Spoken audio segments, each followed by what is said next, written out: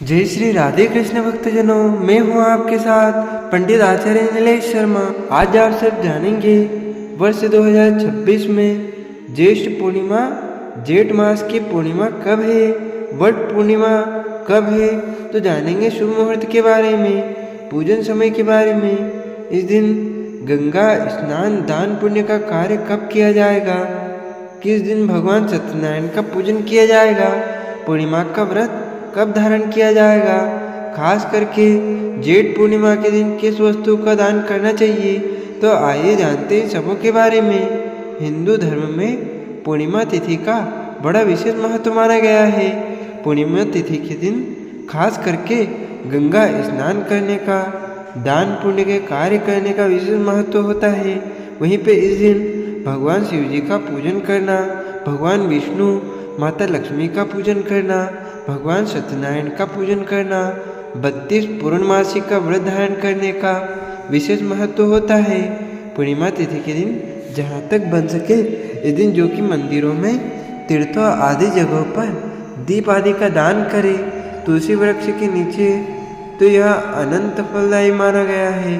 साथ ही इस दिन दान पुण्यों के कार्य करने का भी विशेष महत्व माना गया है। खास करके जेठ पूर्णिमा के दिन इस दिन तिल से भरा हुआ पात्रों का दान करना चाहिए, जल से भरा हुआ घड़ा दान करना चाहिए। साथ ही सत्तू, पंखा, छाता, अन्न, वस्त्र, खड़ाऊ आदि जो भी बन सके इनका दान करना चाहिए। इसे अनंत पुण्य फलों की प्राप्ति होती है।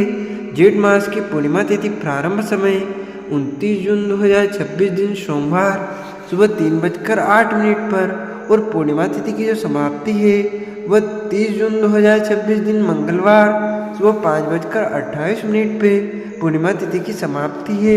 तो इस बार चंद्रोदय व्यापिनी के अनुसार और सूर्योदय व्यापिनी के अनुसार भी एक ही दिन पूर्णिमा प्राप्त हो रही है। वह 29 जून 2026 दिन सोमवार को सभी भक्तजन पूर्णिमा का व्रत धारण करेंगे। इस दिन भगवान सत्यनारायण की पूजा करेंगे, दान पुण्य का कार्य करेंगे, गंगा स्नान आदि का कार्य संपन्न करेंगे। 29 जून को ब्रह्म मुहूर्त का समय सुबह 3:34 से सुबह 4:22 तक होगा। सूर्योदय का समय सुबह 5:10 पर होगा। सूर्यास्त शाम 6:52 पर होगा। राहु काल का समय इस दिन जो कि सुबह 5:53 से सुबह 8:36 तक होगा। राहु काल समय के दौरान कोई भी शुभ कार्य या नया कार्य नहीं करना चाहिए, इस बात का ध्यान रखें। चंद्र दर्शन का समय चंद्रोदय का समय शाम 6:38 होगा।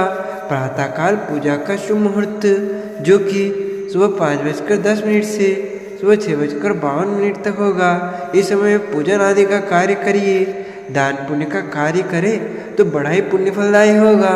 शाम को पूजा का शुभ मुहूर्त शाम 5:09 से रात्रि 8:09 तक होगा। नक्षत्र जो कि मूल होगा अगले दिन सुबह 5:27 तक रहेगा। योग शुक्ल होगा दोपहर 2:47 तक। उसके बाद ब्रह्म योग होगा।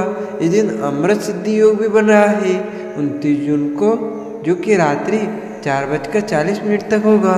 पूर्णिमा तिथि के दिन जहाँ तक बन सके गंगा स्नान करे, दान पुण्य का कार्य करे, पूजन आदि का कार्य करे, भगवान सत्यनारायण का पूजन करे, लक्ष्मी नारायण की पूजा करे, दीप आदि का दान करे, तो यह अनंत फलदायी माना गया है।